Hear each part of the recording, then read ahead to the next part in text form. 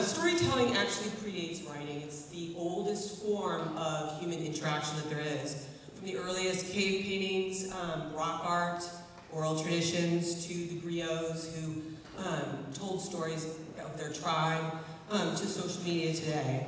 It's all storytelling, and it's all central to virtually every human interaction.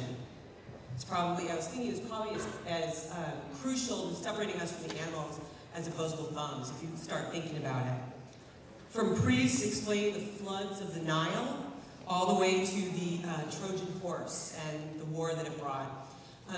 Religions, wars, those are all stories that mankind is telling each other, for good or for bad. We explain our world to ourselves and to each other through stories.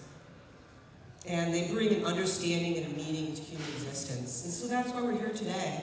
One of the things I was thinking about this morning was when you're a child and you get really into an idea and you get really determined about it, and that's pretty much all you consume yourself with. And I think that's kind of what I do in a little way, and I think that's kind of what saves me from the world, and that I can really focus in on a concept and an idea and kind of get lost in it and immerse myself.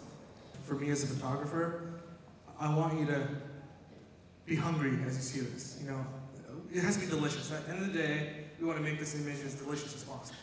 And that's my goal, really. I like to call Martha Stewart's photography bullseye photography. I don't know how many people do this, but they just look at the plate and then they just photograph it straight on, flash on, and to me, that's not the most aesthetic way or the most delicious way to shoot food.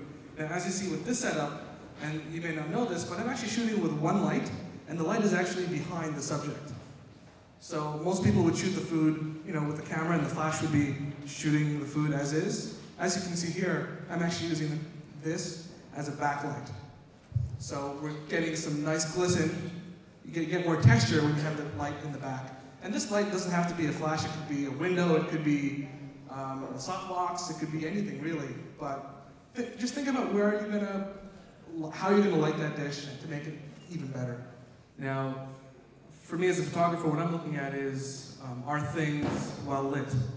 Is everything in balance? Is composition proper? And you know, communicating with the food stylists, we can sort of dictate how we want the final image to be. What I can see right now is if you look at the bottom right, it's almost like a black hole. And so I use different tools to open that up. And again, anyone can really do this at home. All you need is one light source, a window, and you need basically a little white cardboard as a reflector. This is going to help open up what's missing in that frame.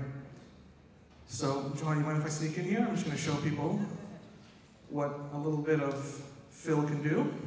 So this is before the fill, and once before that fill, that main light bounces off here and will add a little more dimension. You see more texture, and this is the basis for what I do.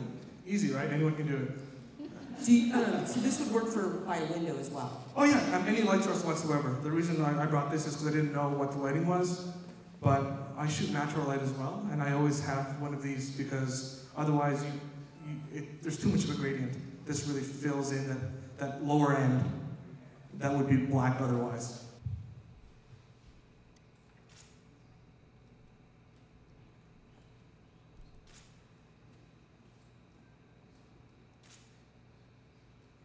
And that's another thing, actually. You can see, you know, I'm including Johanna in this frame just because it adds, you know, an element of lifestyle. First of all, I'm self-taught, I have to admit. You know, I've worked with a lot of photographers in stage, but I'm not classically trained. I've learned a lot by looking at what other people do, really. By being inspired in what I see in magazines, what I see on Instagram, what I see on the web. You know, and that sort of helps me carve my own niche in terms of how I want to shoot.